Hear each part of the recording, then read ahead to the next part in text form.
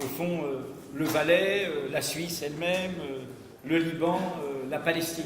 C'est au fond tout ce qui est représenté ici.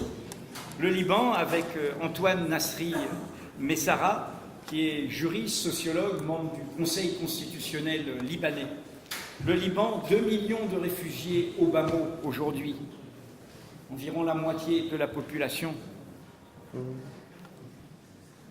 La Palestine, c'est Elias Sambar, qui est ambassadeur de l'UNESCO, de la Palestine à l'UNESCO. La Palestine, c'est aujourd'hui 13 millions de Palestiniens. Sur ces 13 millions de Palestiniens, 60% sont hors du territoire de la Palestine. Et puis le Valais, avec Mathias Reynard, qui fut président des jeunes socialistes du Valais roman et qui est député au Grand Conseil valaisan, ainsi qu'au Conseil national, c'est bien ça, je ne me trompe pas. Ouais. Bon, et je dis, je lisais là, je suis désolé, ma culture est récente. Le Valais est, si je crois bien, le document fait pour les rencontres Orient-Occident par rapport à ces 60% de 13 millions, ces 2 millions de réfugiés. Je pourrais ajouter, derrière les réfugiés libanais, 23 millions de Syriens. La moitié des Syriens sont déplacés, que ce soit à l'intérieur de leur pays ou en dehors de leur pays. Et l'on évalue au bas mot entre 5 et 6 millions le nombre de Syriens qui sont hors de leur pays. Et je disais le Valais parce que, par contraste, le Valais, c'est aujourd'hui moins de 3000 réfugiés et moins de 1% de la population. Et enfin, Édouard Gnessa, j'ai dit à l'échelle de la Suisse, puisqu'il fut directeur de l'Office fédéral des migrations jusqu'en 2009, ambassadeur chargé de la collaboration internationale dans le domaine des migrations. Donc ce que je propose, c'est que chacun des intervenants réagisse en une dizaine de minutes, dise ce qu'il a envie de dire, après tout il n'est pas obligé de réagir, en commençant par Mathias Reynard, puisque Mathias Reynard a des obligations, et puis après je continuerai à faire circuler la parole. Mathias. Bon, merci beaucoup pour cette invitation. Je m'excuse déjà de devoir partir un peu avant 11h30. J'avais accepté il y a plus d'une année un discours à Fribourg, donc je suis contraint de partir tout à l'heure et de ne pas participer jusqu'à la fin à la table ronde. C'est un plaisir d'être là parmi vous, c'est un honneur de participer à une table ronde avec M. Plenel. Quand on m'a demandé d'en parler, j'ai dit mais moi je ne suis pas un spécialiste de la question migratoire, je suis de loin pas un philosophe. Je vais venir avec des éléments donc très pratiques, quelques éléments, ce sera certainement peut-être pas 10 minutes, mais juste quelques éléments qui m'inspirent et qui m'ont inspiré notamment dans les propos tout à l'heure de M. Plenel qui nous a certainement tous captivés. Déjà comme Valaisans, on a évidemment, comme n'importe quel citoyen, un devoir d'humanité, un devoir d'hospitalité, un devoir de ne pas détourner le regard. Ce qui a été dit tout à l'heure, c'est certainement le pire, c'est cette indifférence qui règne aujourd'hui. Mais on a aussi un devoir de se rappeler d'où on vient.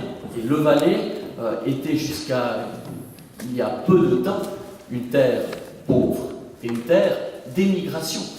Une terre d'émigration jusqu'à l'industrialisation, jusqu'à ce que les grands chantiers, que ce soit au niveau des infrastructures ferroviaires, que ce soit au niveau de l'industrialisation de notre canton, arrivent. Eh bien, le Valais était une terre d'émigration. De nombreux Valaisans quittaient le Valais pour des raisons économiques. Et je crois que c'est quelque chose peut-être qu'on doit juste rappeler de temps en temps, c'est savoir d'où l'on vient et savoir que oui, nos ancêtres ont dû quitter le canton et il est tout à fait possible qu'à certains moments, on doit nous aussi quitter notre région pour des raisons X ou Y. Ce qui me choque aujourd'hui dans le débat politique, et c'est ce qu'on m'a demandé, c'est de plus faire un éclairage au niveau politique de ce qui se passe dans notre pays et notre canton sur les questions de migration, c'est qu'on ne voit plus l'humain. On ne voit plus du tout l'humain dans ce débat, notamment. Vous savez, l'abbé Pierre disait que les hommes politiques ne connaissent pas la misère. Ils connaissent la misère que par les statistiques et qu'on pleure jamais devant des chiffres. Et c'est vrai. Et c'est exactement ce qui se passe aujourd'hui dans le débat sur la migration. C'est qu'on ne voit pas l'humain, qu'on ne voit pas la personne, l'individu, la femme, l'enfant. On ne voit pas l'humain, mais on voit la menace. On voit la menace et on voit le chiffre, on voit une masse un peu floue comme ça qui menacerait notre pays, et c'est quelque chose qui est extrêmement dangereux. Et on doit, à mon avis, justement se recentrer sur l'humain. Le slogan lors des élections, c'était l'humain d'abord. Donc ça tombe assez bien avec ce petit mot. On doit se recentrer sur l'humain plutôt que sur des questions de procédures extrêmement froides. Et pour ça, on est les champions du monde en Suisse. On applique les procédures de Dublin comme personne. Et aujourd'hui, je m'engage via l'Assemblée parlementaire de la francophonie sur un dossier très spécial qui ne vous semblait pas tout à fait en lien, mais qui est en fait en lien avec notre discussion d'aujourd'hui. C'est sur la question de l'exploitation de femmes migrantes, que ce soit exploitation sexuelle ou exploitation de la force du travail. Et bien aujourd'hui, dans notre pays, on fait primer la procédure Dublin sur des cas d'exploitation. Et ça veut dire des femmes qui auraient été exploitées, par exemple, imaginons en Italie, et puis donc premier pays, l'Italie, et qui arrivent ensuite en Suisse, et qui ont un cas d'exploitation terrible en Italie, qui ont connu ce cas d'exploitation terrible en Italie, et bien seront renvoyées parce que c'est la procédure Dublin. Et puis il faut bien appliquer la procédure Dublin. Et ça, c'est ce qui choque dans notre pays, c'est de faire passer avant l'humain, avant finalement ce qui arrive à telle ou telle personne, bien des procédures. Et puis le deuxième élément, c'est de remettre l'humain avant des facteurs purement économiques. Et aujourd'hui, dans le débat politique, y compris chez les progressistes, y compris dans mon propre camp, ce qu'on entend bien souvent, c'est le souci de l'étranger qui doit être rentable à la Suisse, qui va apporter à la Suisse. Ils ont plein de diplômes. Et d'ailleurs, on va dans cette optique totalement cynique, y compris dans nos réglementations. Et on accepte des étrangers hors communauté européenne uniquement s'ils ont certains papiers qui vont pouvoir être extrêmement utiles à notre économie aujourd'hui. Et ça, c'est quelque chose qui est complètement banalisé dans le discours politique, dans le débat et malheureusement dans les procédures. Et si je voulais dire ce mot par rapport à l'être humain, c'est qu'aujourd'hui, on arrive à un paroxysme dans cette situation. On s'en prend même aux enfants. On s'en prend même aux enfants et on commence la session, peut-être vous le savez, du Conseil national lundi, et on a une proposition qui nous vient sur la dénonciation des enfants sans papier. Et cette proposition, elle nous vient d'une majorité, malheureusement, du Parlement, de la commission en charge du Parlement, pour demander que les enseignants, que le personnel qui travaille dans le social, dans la santé, dénoncent les enfants qui sont dans des situations d'irrégularité dans notre pays. Et quand on s'en prend à des enfants, eh bien je crois qu'on voit à quel point aujourd'hui notre société, notre monde politique, nos décideurs manquent cruellement d'humanité pour aussi faire le lien avec le délit de solidarité. Là encore une fois, ça relie nos deux pays puisque les trois de Genève, comme on les appelle, eh bien, vivent aujourd'hui des procédures judiciaires pour n'avoir fait qu'une chose, être solidaires.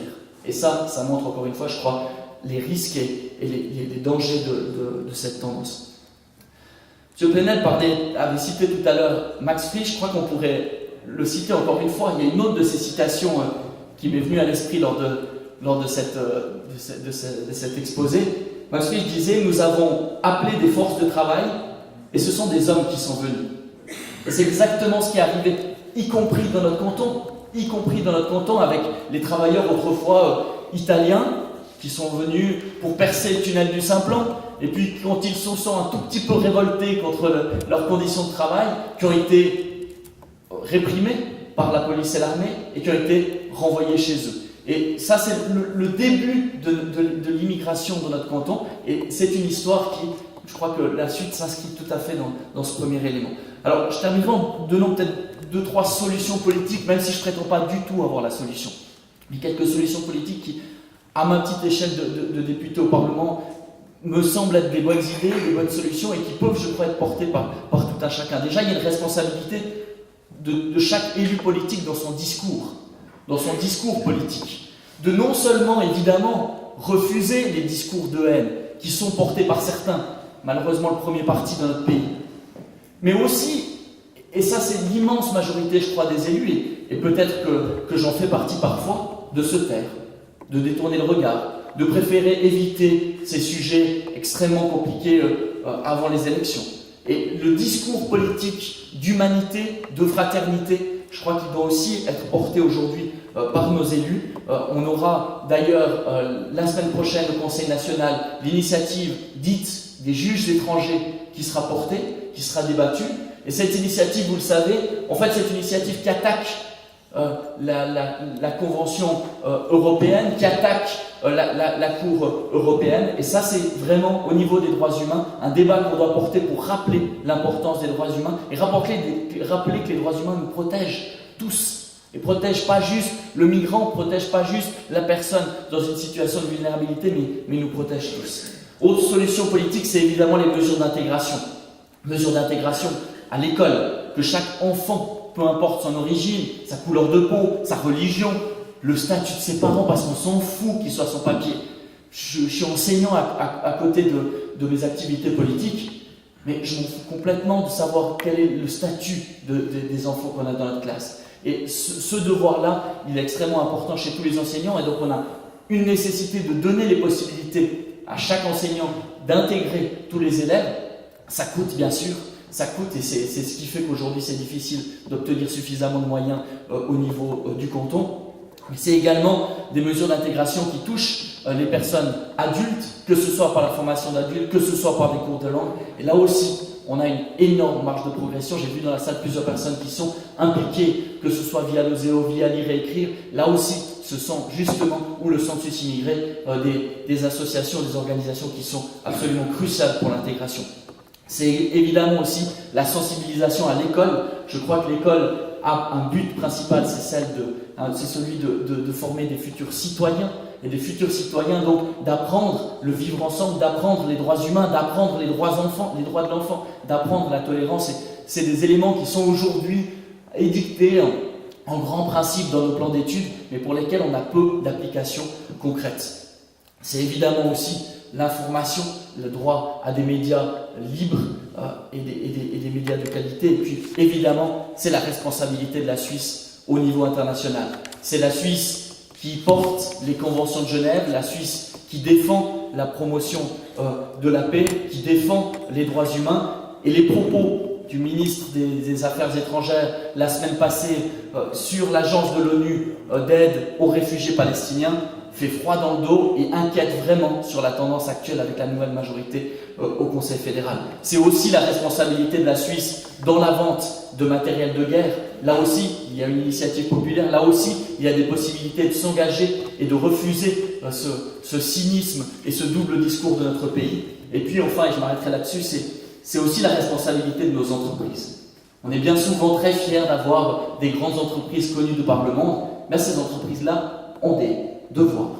Et aujourd'hui, elles ne les respectent pas. De nombreuses entreprises suisses sont impliquées dans des affaires au niveau international, particulièrement en Afrique et en Amérique latine, que ce soit dans des problèmes écologiques ou que ce soit dans des problèmes liés aux droits humains, à des formes d'esclavage et à de la traite d'enfants, d'êtres humains. Et là aussi, une initiative populaire qui demande des multinationales responsables. C'est l'occasion pour chaque citoyen de mettre une pression sur ce dossier. Voilà, c'était des propos tout simples, très liés à mon activité de tous les jours, et je vous remercie de votre attention.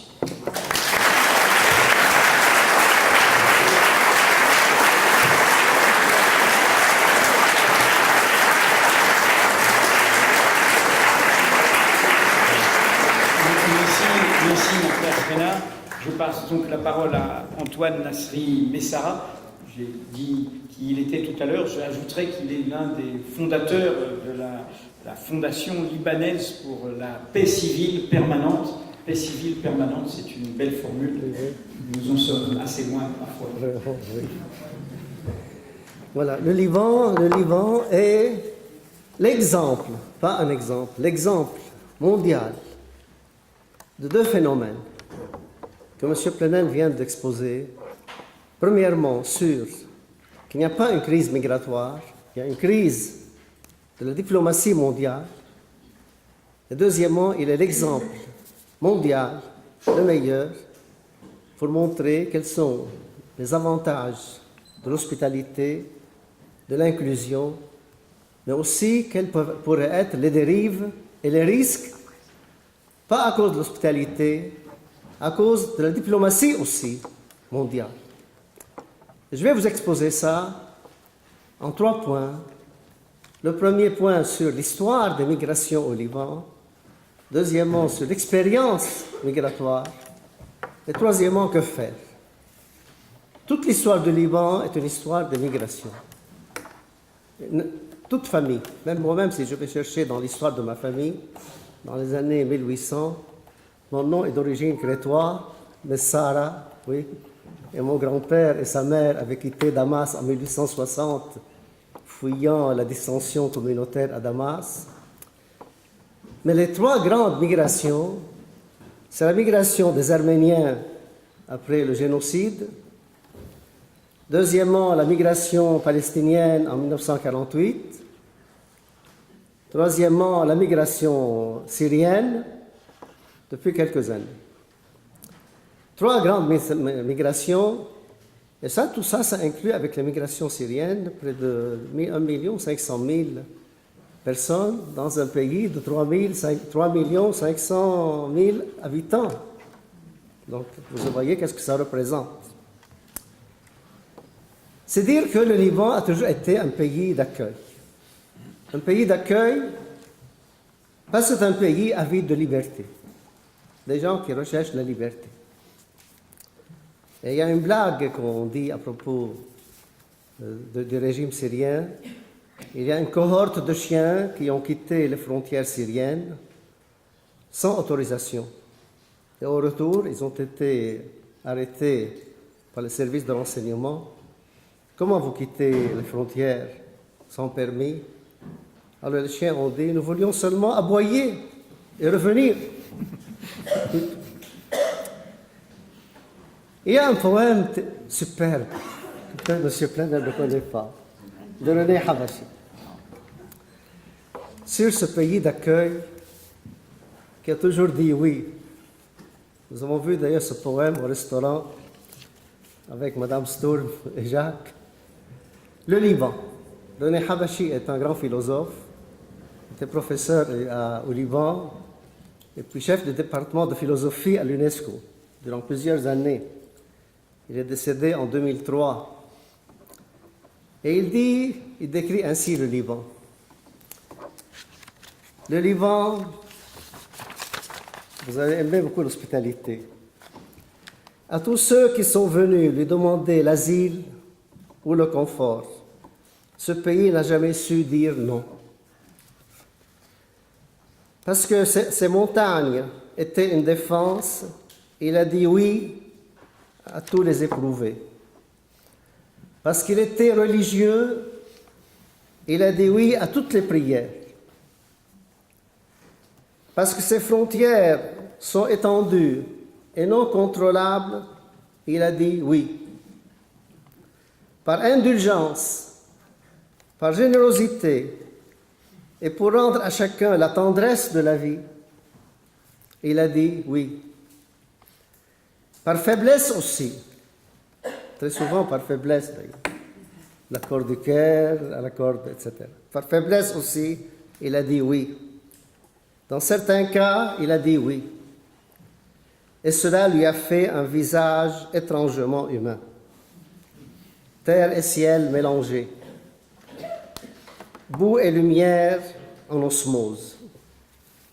Si bien que le oui est devenu son incarnation. La plus personnelle. Le oui, son incarnation la plus personnelle. Et là, j'arrive à l'expérience de cette inclusion, de cette hospitalité. Le Liban a un mérite extraordinaire, d'une part d'inclure et en même temps, je ne dis pas d'éjecter tous ceux qui ne s'assimilent pas à lui. Le Libanais, d'ailleurs, est une synthèse. Moi, je suis grec-catholique, maronite, sunnite, chiite, druze, arménien. Oui, sur le plan culturel, c'est là le Libanais. Ceux qui ne s'assimilent pas au Liban, ils sont éjectés. un peu comme la mer. Quand vous y jetez des saletés, elles reviennent sur le flot. Et vous avez eu des exemples très nombreux dans l'histoire d'occupants qui n'ont pas su comment finalement sortir du Liban. Israël d'abord. Beyrouth était la seule ville qu'ils ont occupée. Et ils n'ont pas su comment en sortir. Les Palestiniens armés, qui ont été impliqués, comme nous d'ailleurs, dans les guerres au Liban, pas la guerre civile, les guerres, aussi, ils ont été finalement instrumentalisés, comme nous avons été, nous, instrumentalisés, et ils ont été éjectés, à leur avantage d'ailleurs. Vous avez aussi le régime syrien qui a su, avec une technique, manipuler le Liban avec un art, une expertise sans pareil. Puis après l'attentat terroriste contre le président Hariri, ils ont été éjectés. Et il y avait toujours d'ailleurs une peur du régime syrien que le Liban ne fasse dévergonder les soldats syriens au Liban. Parce que les soldats syriens, en fin de compte, finalement, sont dévergondés au Liban. Dévergondés au sens plutôt, parce qu'ici, il y a de la liberté, il y a un autre type de rapport, un autre type de régime. Et je pense que le régime syrien subit tout ce qu'il a fait au Liban durant plus de 30 ans. Et le président Carter disait, le Liban est comme un hérisson. De quelque côté que tu le tiens, il te pique. Un autre diplomate français qui dit, quand vous marchez au Liban, c'est comme si vous marchez sur une prairie parsemée d'œufs. Attention que ça se casse. Il y a donc une capacité d'intégration énorme. Et d'ailleurs, les Palestiniens au Liban, c'est peut-être un pays où ils ont gardé leur identité, où ils se sont trouvés réellement à l'aise, dans les écoles de Nurwa. Je pense qu'il y a eu beaucoup d'études sur ça, sur comment les Palestiniens, en enseignant l'histoire de la Palestine, et tout cela, ils ont conservé au Liban la mémoire palestinienne. Les Arméniens aussi. Il y a toute une étude comment les Arméniens sont véritablement intégrés dans le Liban, et en même temps comment progressivement, au lieu d'enseigner uniquement la langue arménienne, l'histoire de l'Arménie, la littérature arménienne, ils commençaient à se présenter au baccalauréat libanais et ils deviennent aussi compétents en arabe que le maronite et le sunnite le plus qualifié. Le Liban a cette capacité d'intégration, d'inclusion et cette capacité aussi d'éjecter tout ce qui ne lui ressemble pas. Et j'arrive au troisième point, que faire? Là, que faire?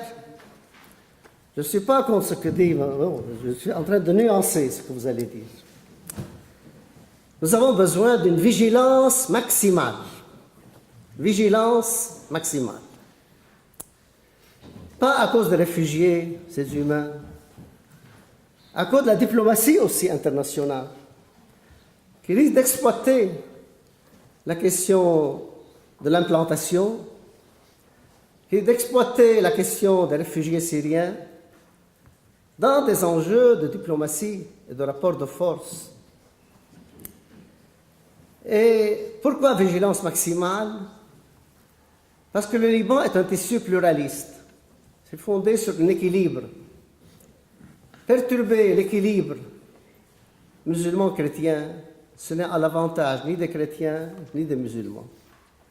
C'est aujourd'hui un des meilleurs exemples de ce pluralisme dans le monde arabe, en conformité avec la philosophie de l'islam et en conformité aussi avec les droits de l'homme. Et c'est ça qu'il faut conserver, ce caractère pluraliste du contexte libanais. Et il y a tellement de manipulation dans cette affaire. Manipulation dans les années 1992, où on a fait naturaliser libanais toute une liste de plus de 5000 personnes avec leurs enfants. Ça a passé comme ça, de n'importe quelle manière, en fait dans un but électoraliste, pas dans un but d'hospitalité. Vous avez la constitution libanaise à l'avantage de la Palestine, qui interdit l'implantation. Parce qu'au fond, une des finalités des guerres au Liban entre 1975 et 1990, c'était de trouver une patrie refuge aux Palestiniens à travers le Liban. Il y avait aussi d'autres finalités. Et ça n'a pas marché. Le préambule de la Constitution libanaise interdit expressément l'implantation à l'avantage de la Palestine et pour conserver le droit des Palestiniens. Mais dernièrement, il y a eu aussi une tentative dans un but mercantile, pas d'hospitalité, avec l'article 49 inséré dans le budget libanais, accordant la résidence à tout étranger qui achète un appartement à $500 000. Il y a eu un recours devant le Conseil constitutionnel. C'était en fait une hospitalité dans un but mercantile pour vendre la résidence, incompatible avec le préambule constitutionnel. Et le but, c'est de protéger le tissu pluraliste libanais contre des phénomènes d'implantation, contre des phénomènes d'ingérence. J'ai écrit toute une dizaine de pages pour que ce phénomène soit véritablement enterré pour toujours. Que la résidence, la nationalité, oui. Et alors finalement, la cause d'origine de tout ça, c'est la diplomatie du chantage. Diplomatie du chantage que le Liban a vécu durant plus de 30-40 ans. Et je me demande pour quelle raison, jamais l'ONU n'a été aussi impuissante dans toute son histoire. Ce sont des peuples comme le Liban, comme la Palestine, là où il y a des foyers de tension.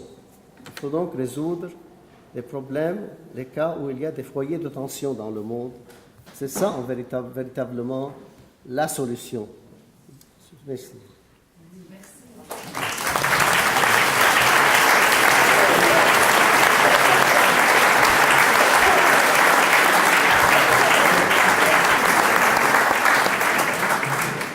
Liban-Palestine, la transition est toute trouvée. Il y a 70 ans, un garçon qui avait 1 an et quelques mois a dû quitter avec sa famille par la force Haïfa, où était sa maison, où il était né, pour grandir ensuite à Beyrouth. C'est Elias Sambar qui va maintenant parler.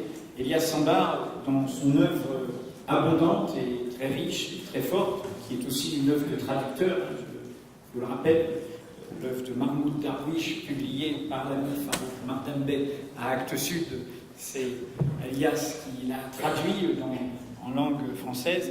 Mais parmi toute son œuvre, je voudrais signaler en écho justement à cette question de l'exil, du refuge, son superbe livre, publié aussi à Actes Sud, Le bien des absents. À toi, Elias. Merci, Edoui.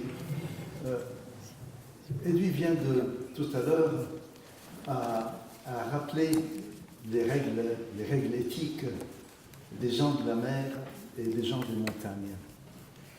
Je ne sais pas si vous le savez, mais dans le désert, quand une tribu arabe voit arriver des voyageurs, des gens qui traversent, si elle ne les accueille pas en leur donnant gîte et couvert sans poser de conditions, sans question, à ce moment, cette tribu est mise au banc des tribus arabes.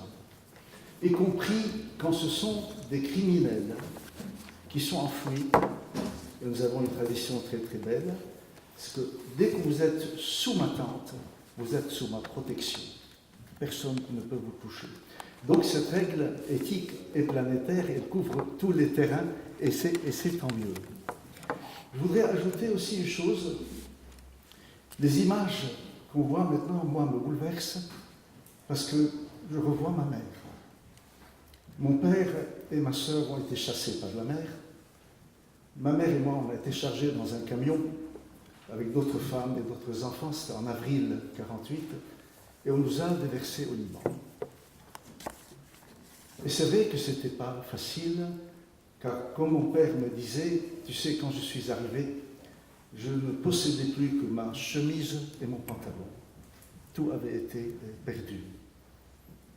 Et quand, 70 ans après, je vois tout ce qui a été réalisé, je ne dis pas c'est une bonne chose d'être mis à la porte, mais je dis quand même c'est incroyablement intéressant et porteur de leçons par rapport aux situations que nous sommes en train de vivre. Je vous raconte quelques petits épisodes. Et après, je vous dirai pourquoi il ne faut pas les utiliser, mais ils sont très importants. Par alliance, nous avions sur la côte sud du Liban un homme qui avait épousé une de mes cousines, qui était un très gros propriétaire de champs d'agrumes. D'ailleurs, la côte sud est magnifique au moment où les orangers et les citronniers sont en fleurs, parce qu'on a quasiment le vertige, tellement les parfums sont forts le soir.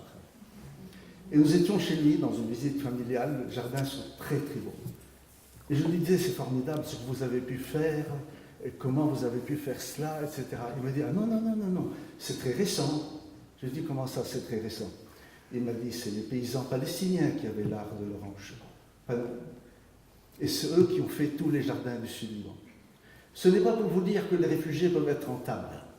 C'est honteux. Les réfugiés doivent être acceptés sans compter leur utilité ou pas. Ce n'est pas un apport, par exemple, vous avez quand même, accueillez-les parce qu'ils peuvent vous servir. Je sais également comment les diplomates koweïtiens, ça je le savais aussi par ma famille, me disent, tu sais, tout le système éducatif du Koweït a été fait par vous, par des réfugiés qui étaient venus. Pourquoi? Parce que quand la Palestine disparaît, ce n'est pas une occupation en 1948, c'est une disparition. C'est un pays pauvre, qui n'a pas de grandes ressources naturelles, une terre de mission, bien sûr, puisque c'est la Terre Sainte, mais c'est une terre qui, dès le départ, est obsédée, c'est son seul capital, par la connaissance, apprendre. Et c'est ainsi qu'avec l'exil, ne sont pas arrivés simplement des gens qui avaient été dépossédés de tout, mais des gens qui, dans leur exil, transportaient leur savoir et qu'ils en ont fait profiter beaucoup. Tout cela étant dit, et il y a de multiples exemples, ça n'est pas un argument. Parce qu'à ce moment, on introduit dans un geste humain qui doit être absolument gratuit la question d'une rentabilité quelconque. Si l'on trouve après que ça a été utile, tant mieux. Mais ça n'est pas la condition de l'accueil. L'accueil se doit d'être gratuit. Donc la véritable générosité, la véritable porte ouverte. En 1991, Yasser Arafat me charge, j'avais déjà été en charge de la préparation des négociations de paix. Yasser Arafat me dit, tu vas prendre en main la direction de notre délégation qui va négocier le droit au retour des réfugiés. Vous imaginez le choc que ça m'a fait, ma vie me revenait et mon camion revenait sur la route. Et pendant 6 ans, j'ai négocié ce droit. Et puis ça s'est arrêté parce qu'il n'y a pas eu d'application. J'ai donc, de ce fait, je connaissais déjà ce milieu, c'est le mien. Mais j'ai également dû, du fait des négociations, tourner dans tous les camps, beaucoup parler. Et on me posait toujours la question, puisque c'est une question qui paniquait les Israéliens, est-ce que vous allez tous revenir? Qu'est-ce qui va se passer? Est-ce que tu vas rentrer? Et je disais, je vais rentrer pour ressortir. Car on m'a mis à la porte, il n'est pas question que j'avale le fait que j'ai été mis à la porte. Je veux rentrer pour moi ouvrir la porte et moi sortir librement. Car ce que vous n'avez pas compris, et ça c'est la quintessence à mon avis de cette expérience du refuge, c'est que les réfugiés perdent leur monde, mais ils peuvent, à partir de cette perte, découvrir le monde. Et à ce moment, comme le dit Darwish dans un très beau poème, la terre leur devient très étroite.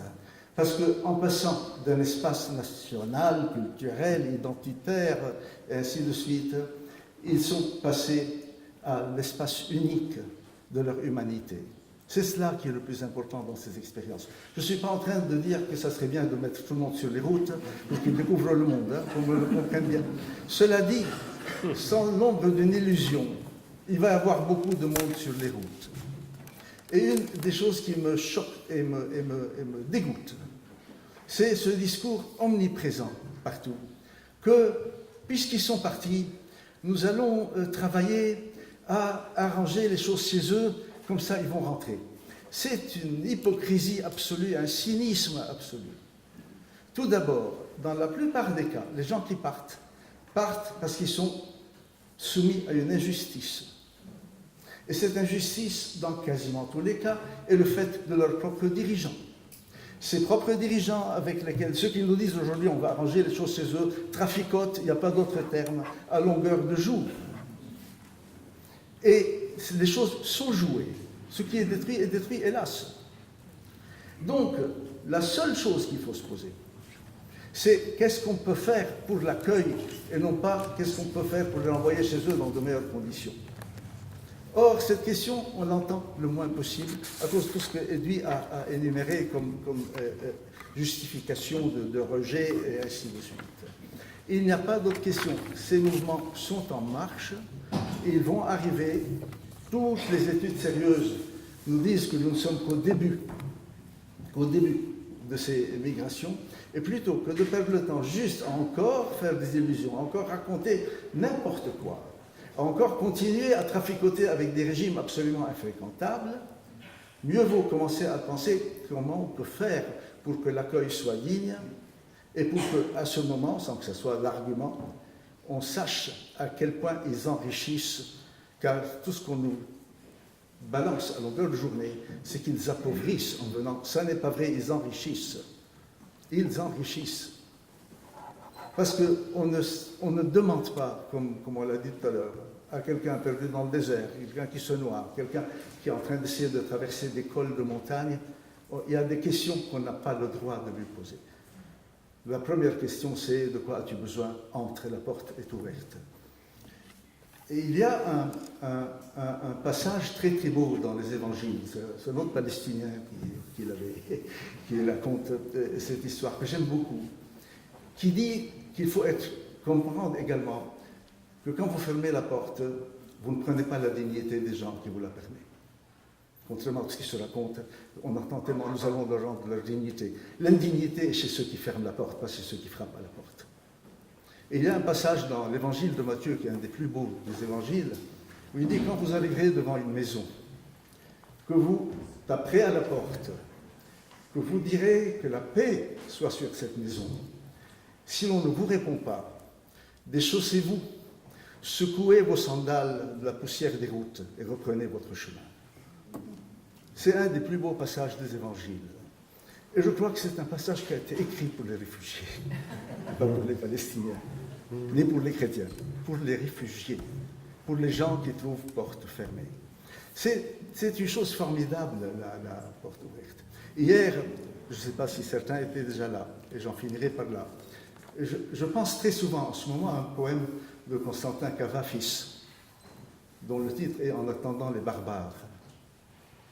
C'est un poème dans lequel Cavafis, qui faisait très très souvent, vous savez, c'est un poète de langue grecque d'Alexandrie, d'Égypte, faisait très souvent composer des scénettes antiques.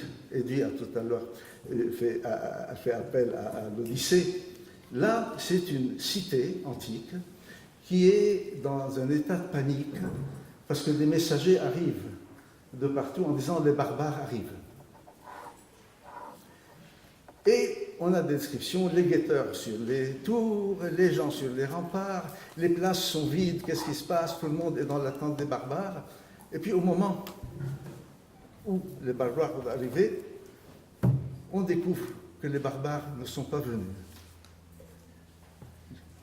Et Cavafi termine par ce vers incroyable. Il dit, les barbares ne sont pas venus, ils auraient été une solution. C'est-à-dire, que les barbares n'existent pas. Et qu'ils auraient été une solution, auraient permis précisément de leur fermer la porte en les traitant de barbares. Voilà, merci.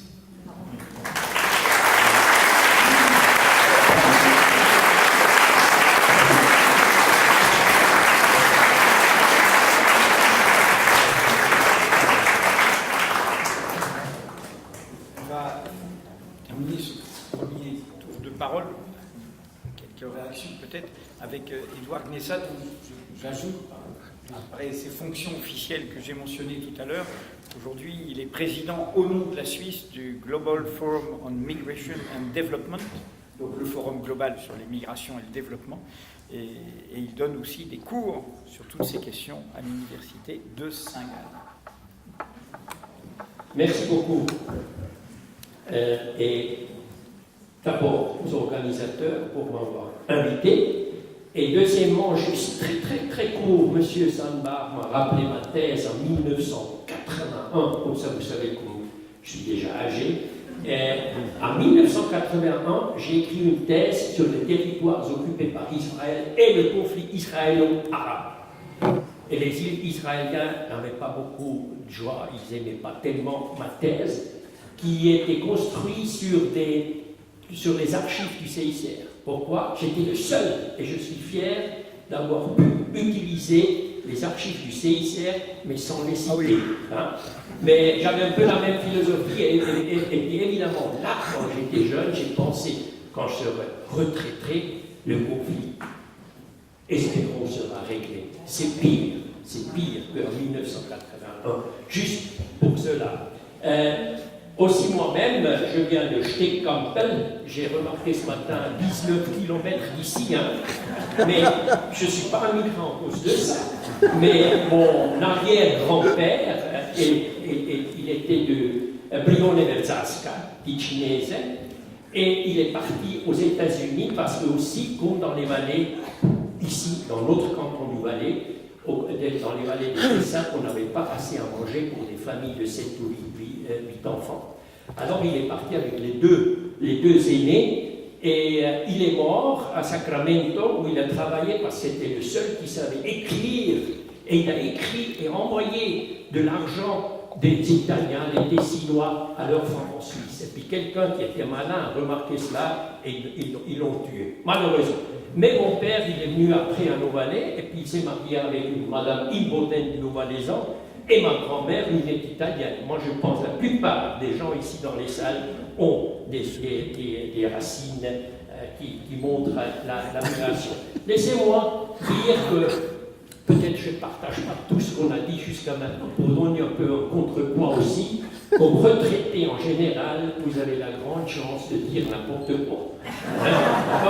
Vous pouvez être critique aussi envers les 10 ministres que j'ai suivis en Suisse, très proches, les 10 ministres de différents partis, hein, socialistes, démocrates, chrétiens, même M. Bloch.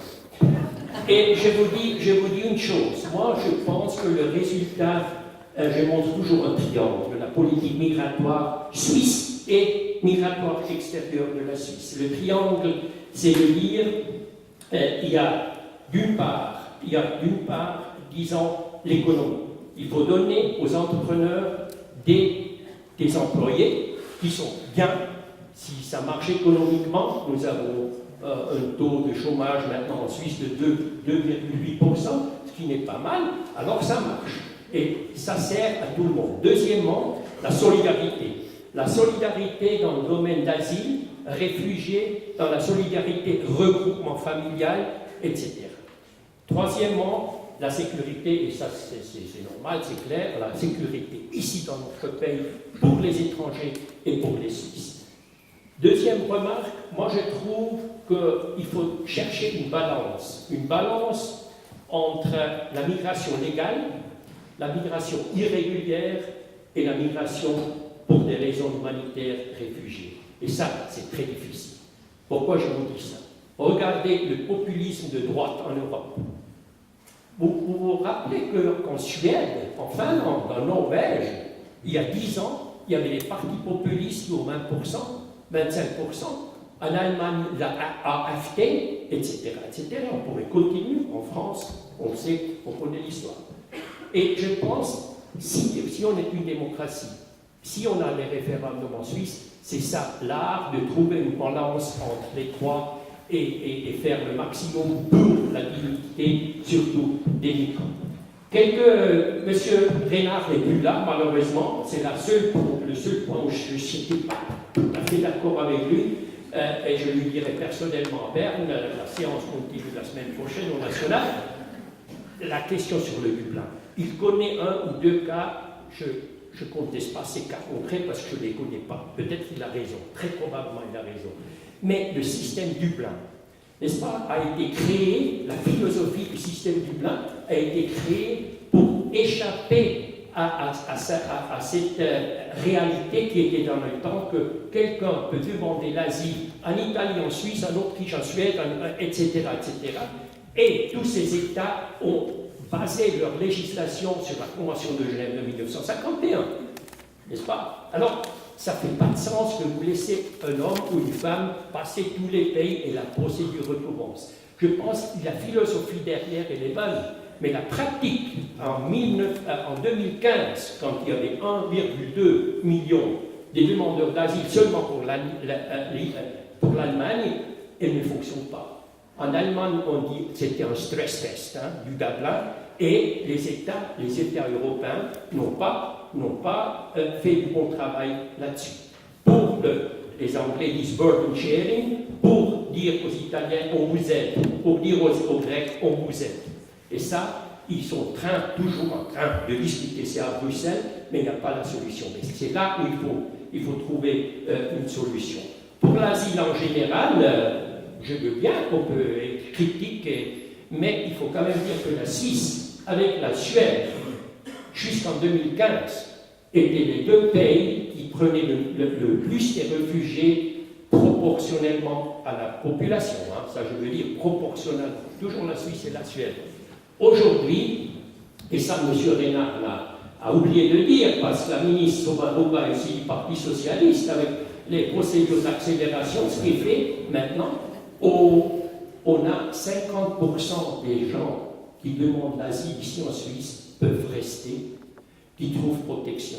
Chaque deuxième. En même temps, il est vrai qu'il y a des procédures accélérées pour des gens qui n'ont pas des raisons d'asile de la Convention de Genève. Alors, ils doivent quitter le pays. Mais quand même, il y a ce taux de protection n'était jamais aussi haut. Quand moi j'étais directeur, c'était environ 20%. Mais il est vrai, on a plus les Afghans, on a plus les Syriens, etc., qui méritent protection. Alors, il faut donner cette protection. Quand je quittais l'année passée, M. Burkhalter, dans le temps encore conseiller fédéral, et Mme Sommaruga, conseillère fédérale, m'ont demandé, mais écoute, tu as travaillé maintenant 30 ans dans ce domaine migration. Où est-ce que tu vois un vrai problème? Je leur ai dit, il y a deux choses. Première chose, marché du travail et réfugiés reconnus à l'abri provisoire. C'est un scandale. C'est un scandale. Il y a 25% qui travaillent, qui trouvent travail. Alors évidemment, Mme Sommaruga et le secrétaire d'État m'ont dit, alors si tu nous critiques déjà, tu as raison, tu as tout à fait raison, mais tu vas faire un travail de 6 mois, tu nous donnes un rapport, je l'ai donné au gouvernement il y a une semaine. J'ai fait 55 interviews aussi en Valais avec des entrepreneurs. Pourquoi est-ce que vous ne prenez pas plus des demandes, des réfugiés, etc. Et je dois vous dire, moi j'étais même surpris moi-même, les entrepreneurs disaient, oui, si vous nous apportez des gens qui sont compétents, qui savent la langue, etc., nous les prenons. Alors c'est pour ça que le gouvernement suisse a, l'année passée, mis 55 millions de francs pour un pré-apprentissage d'une année pour les réfugiés, et en même temps, il va donner de 6 000 francs à 18 000 francs pour chaque réfugié reconnu pour le travail d'intégration. Alors je pense que là, on va être un peu mieux dans la politique, mais c'est toujours, je dirais, assez critique. La deuxième chose, c'est la perception de la migration en général. Quand récemment, j'avais un discours à Brick et je leur ai dit, écoutez, combien des étrangers ont construit le Lötschberg ou le Gotthard, la Swiss First, dans le Gotthard, le tunnel le plus long, on a quand même aussi quelque chose, d'après Traum, Swiss First, le plus long et le plus joli tunnel du monde. Combien des étrangers ont travaillé là-dedans? 90% des étrangers. On n'aurait pas le tunnel de Lötschberg et Gotthard dans les hôpitaux, dans les bistrots, quand je vais manger ici tout à l'heure. Je ne vais pas manger, il y a certainement un ou une étrangère, heureusement. Mais qu'est-ce que nous lisons dans les journaux, dans le Blick? Quelqu'un qui a tué quelqu'un, ça peut arriver partout, le droit pénal. Je vous cite un exemple pour le droit pénal. L'UDC et des partis de droite extrême populistes nous disent, et ils ont raison, le chiffre est correct, il y a 70% des étrangers qui sont en prison. 70%, c'est beaucoup. Avec un taux d'étrangers de 25%, 70%, c'est beaucoup. Mais il faut en même temps dire aux gens concrètement, écoutez, pourquoi 70%? Il y en a 30% qui n'ont jamais vécu en Suisse. Ils viennent de Lyon, ils viennent de Domodossola, ils vont voler une maison, un appartement, ils repartent et ils sont pris par la police, alors ils sont en prison. Alors vous descendez déjà 40%. N'est-ce pas? Je ne veux pas dédramatiser trop ce sujet-là, mais il faut dire la vérité, il faut mettre les chiffres sur la table et être transparent. Pour le travail, encore un mot. Je pense, quand j'étais dans les ministères d'Italie, par exemple chez Rajoy et Renzi dans le temps, on a discuté du travail, on a discuté de la migration des subsahariens. Et puis évidemment, les deux ministres vous disent, oui, on veut bien prendre quelques-uns, mais certainement pas la masse des 100 000 subsahariens, des jeunes qui sont ici, quand chaque deuxième Italien jeune n'a pas de boulot, chaque deuxième Espagnol en Espagne n'a pas de boulot. C'est aussi, vous l'avez dit correctement, c'est aussi des réalités. C'est pour ça notre politique, en tout cas, et dans la politique migratoire extérieure, surtout par exemple maintenant au Liban ou en Jordanie, consiste à visiter ces pays.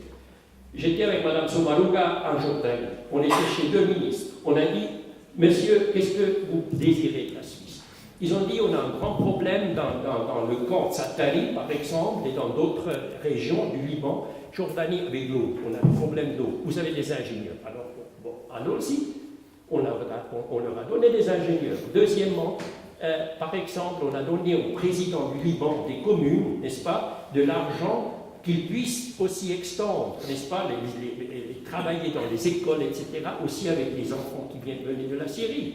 Et on a construit 100 000 places pour des étudiants, pour des jeunes, des enfants syriens, mais pas seulement syriens, aussi libanais et jordanais, qui vont dans la même école.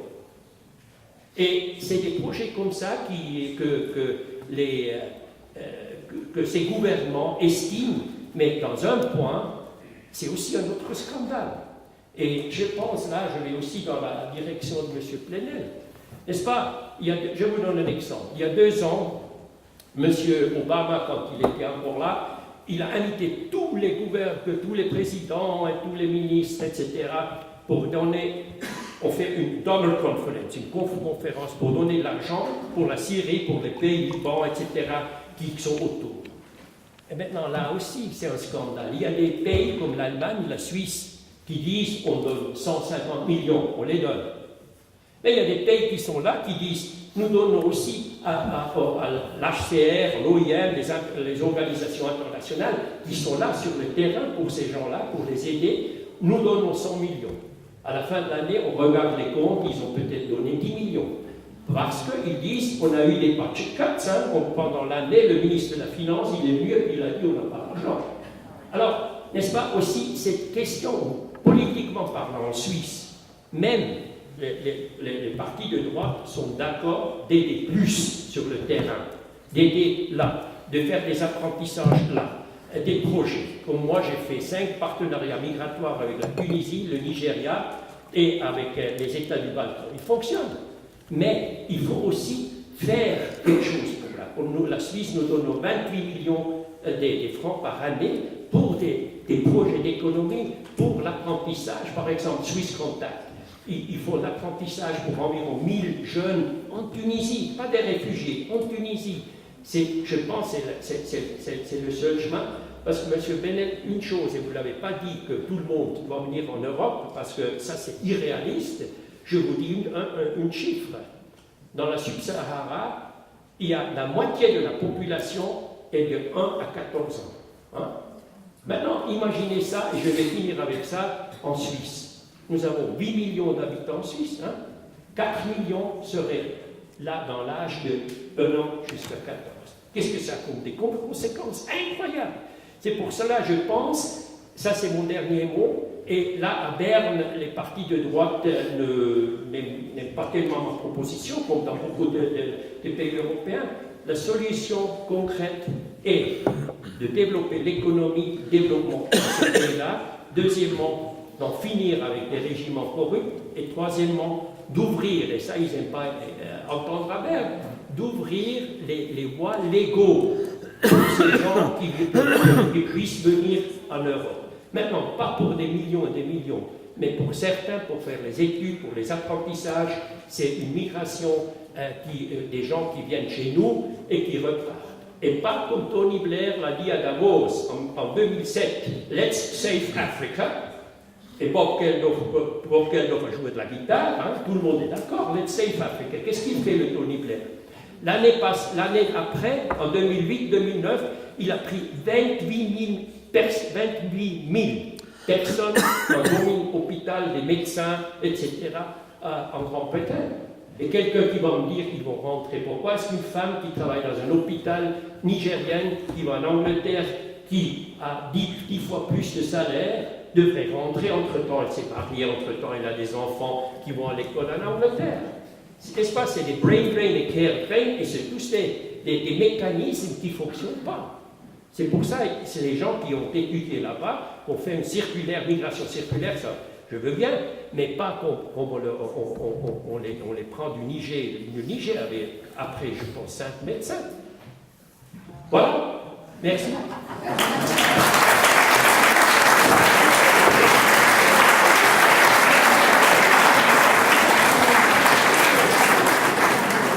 Il nous reste 10 minutes. On a le temps si Elias, Monsieur Messara, si vous voulez réagir. Elias s'en va. Bien entendu qu'il ne suffit pas de dire qu'il faut ouvrir les portes. Bien sûr qu'il faut s'occuper de voir le comment, bien sûr voir comment aménager l'accueil. Tout cela est vrai et nous sommes également très réalistes sur ce point. Mais le réalisme ne peut pas miner, saboter le principe éthique. Le réalisme doit faire que nous travaillons à trouver des moyens concrets et réels, mais qui soient soumis à la règle éthique et non pas l'inverse. On n'adapte pas la règle éthique aux moyens qui sont entre nos mains. J'ai un peu quelques réticences avec Tony Blair, cher ami, car Tony Blair a pillé la Palestine en se faisant passer pour un grand expert qui allait faire la paix. Et je peux vous donner des chiffres ahurissants, d'ailleurs payés par l'Europe. On ferme la parenthèse Blair. Mais je voudrais juste vous raconter une scène à laquelle j'ai assisté, qui a un petit air un peu revanchard, mais quand même qui en dit long. C'est une scène filmée, une vieille dame, probablement nord-africaine, j'ai compris après qu'elle était algérienne, et c'était à l'époque où Charles Pasqua était ministre, donc avec des mesures très très dures. Le journaliste lui dit, madame, probablement qui s'était renseigné auparavant, avant de commencer à tourner, madame, vous n'avez pas de papier. Elle lui dit non. Il lui dit, mais vous savez qu'il faut que vous ayez des papiers. Elle lui dit, je ne veux pas de papier. Il lui dit, mais madame, vous devez avoir un permis de séjour. Elle lui dit, pendant les 135 ans que vous avez passé en Algérie, vous aviez un permis de séjour? C'était extraordinaire. Donc, c'est vrai qu'il y a des règles, mais il ne faut pas oublier les ravages qui ont précédé ces drames. Il y a quand même quelques... Je ne parle pas en termes de culpabilité, je déteste ce mot. Je ne parle pas en fait de faire payer, mais il y a quand même une responsabilité minimale par rapport à la destruction qui a été menée et dont ces grands flots migratoires sont en partie, pas seulement, mais en partie, une des résultantes. Quelle a été la position pendant toutes ces années vis-à-vis de régimes despotiques, dictatoriaux? Quels ont été tous ces contrats hallucinants basés sur le pillage, etc., etc. Quelle est la vision de l'autre? Quelle est cette idée, à chaque fois, de cette condescendance, qu'on entend même chez des âmes extrêmement bien élevées? Fondamentalement, je crois, et je m'arrêterai là, tant que nous n'aurons pas l'obsession de l'égalité, rien ne pourra se faire. L'égalité est la clé de tout cela. Soit nous sommes égaux, à ce moment tout coule de source. Et nous n'avons plus face à nous que des problèmes d'aménagement, comment gérer. Soit nous ne sommes pas égaux, à ce moment on reste dans la crise et dans les conflits. L'égalité est vraiment la clé de voûte de ce monde qui devrait être ouvert. Merci. Voilà.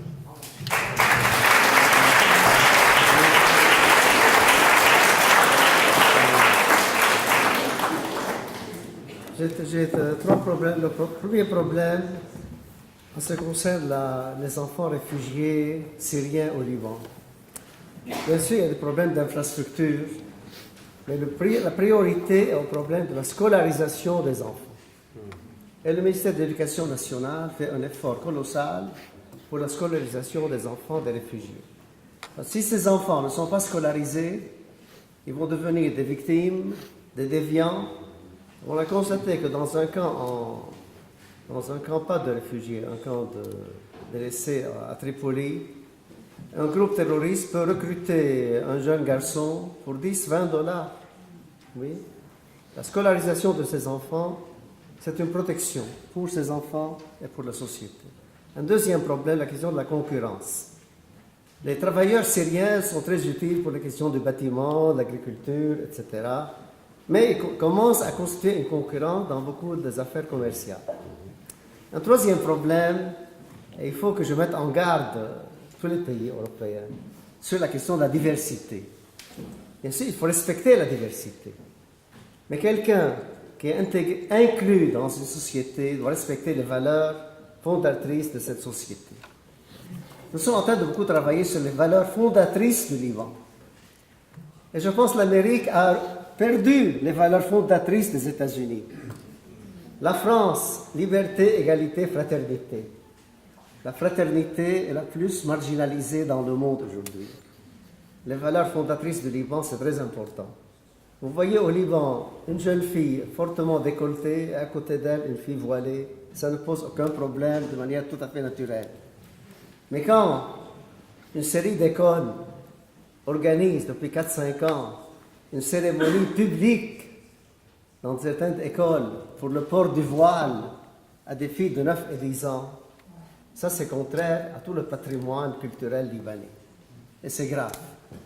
Et dernièrement, depuis 2 semaines, une jeune fille qui devait recevoir son passeport français, l'officier de l'état civil, elle ne l'a pas salué, il ne lui a pas remis le passeport. Elle a tenté un recours devant le Conseil d'État et le Conseil d'État a donné raison à l'officier civil. La diversité, elle est mutuelle. Et là, ça concerne les droits de l'homme fondamentaux, la dignité. Quand on s'intègre dans une société, on respecte ses valeurs fondatrices. Parce que je crains énormément qu'il y ait une manipulation dans un but de pouvoir de certains groupes, pour la raison de la diplomatie du chantage. Et il y a un travail dans ce sens qui est déployé par des États régionaux au Moyen-Orient pour utiliser cette question de diversité, utiliser certains groupes dans un but d'extension de leur hégémonie.